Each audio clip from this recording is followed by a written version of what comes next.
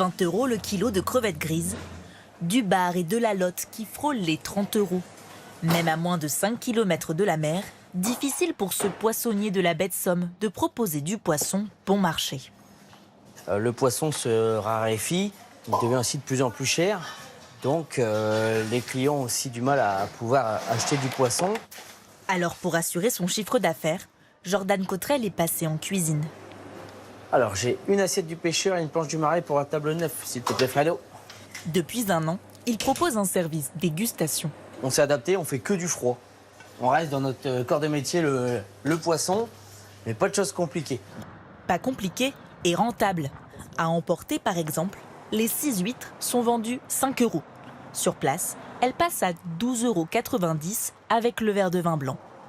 Les touristes sont au rendez-vous. Il y a beaucoup de monde, donc ça m'a attirée. On sent en goûtant que c'est vraiment frais. On va faire un petit tour après, la dégustation, pour effectivement regarder si faire un petit peu notre marché, quoi. Grâce à ces dégustations, Jordan Cottrell a augmenté son chiffre d'affaires de plus de 30%. Voilà, vous voulez un petit sac? Franck Reynaud a lui aussi dû innover.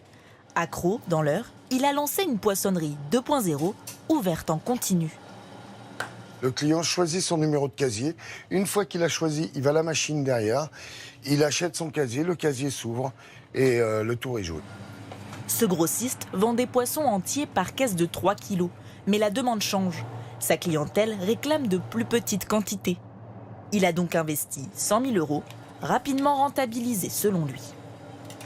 Les avantages, c'est qu'il n'y a pas de personnel, qu'une seule personne suffit à remplir plusieurs boutiques, à gérer plusieurs boutiques. Et on fait des économies sur tout ça, quoi. Les prix sont similaires à ceux des supermarchés alentours. Reste à convaincre cette commune rurale de 1400 habitants. C'est pas mal, c'est pas mal. Est-ce que toi t'achèterais dans un distributeur à poissons? Oui.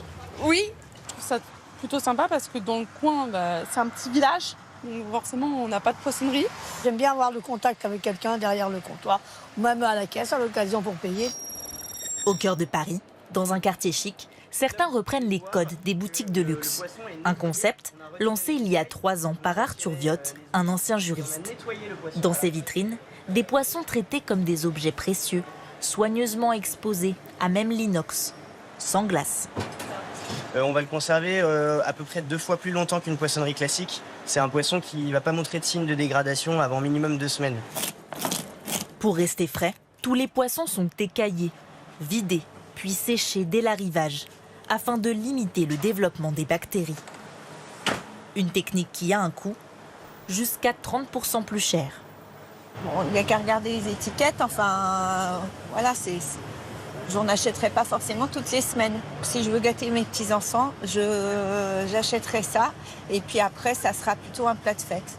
Ce concept de poissonnerie sans glace est encore peu répandu, moins de 10 à travers le monde.